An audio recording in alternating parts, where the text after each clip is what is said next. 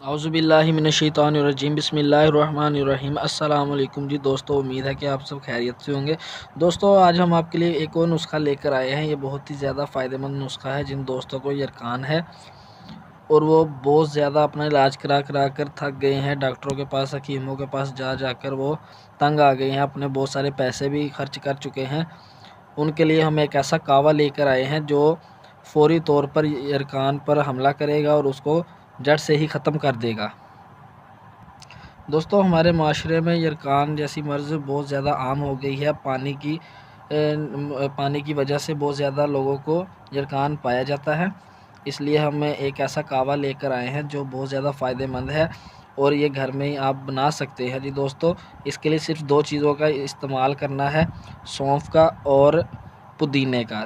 दोस्तों आपने तकरीबन 2 टेबल स्पून सौंफ लेनी है और उसको 1 गिलास पानी में, और तकरीबन 20 से 25 पत्ते आपने पुदीने के लेने हैं 1 गिलास पानी में। इनको बॉयल करना है। जब पानी को जोश आ जाए और इसको ठंडा करके आपने पीना है, तो ये ऐसा कावा आपके लिए तैयार हो जाएगा। इसको दोस्तों आप स्टोर भी कर सकते हैं, फ्रिज में बना कर रख लें और वक्फे वक्फे पे इसको पीते रहें।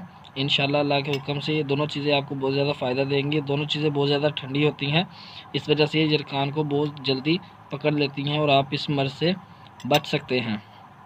दोस्तों आप इस कावे को बनाकर एक बार ज़रूर ट्राई करिएगा।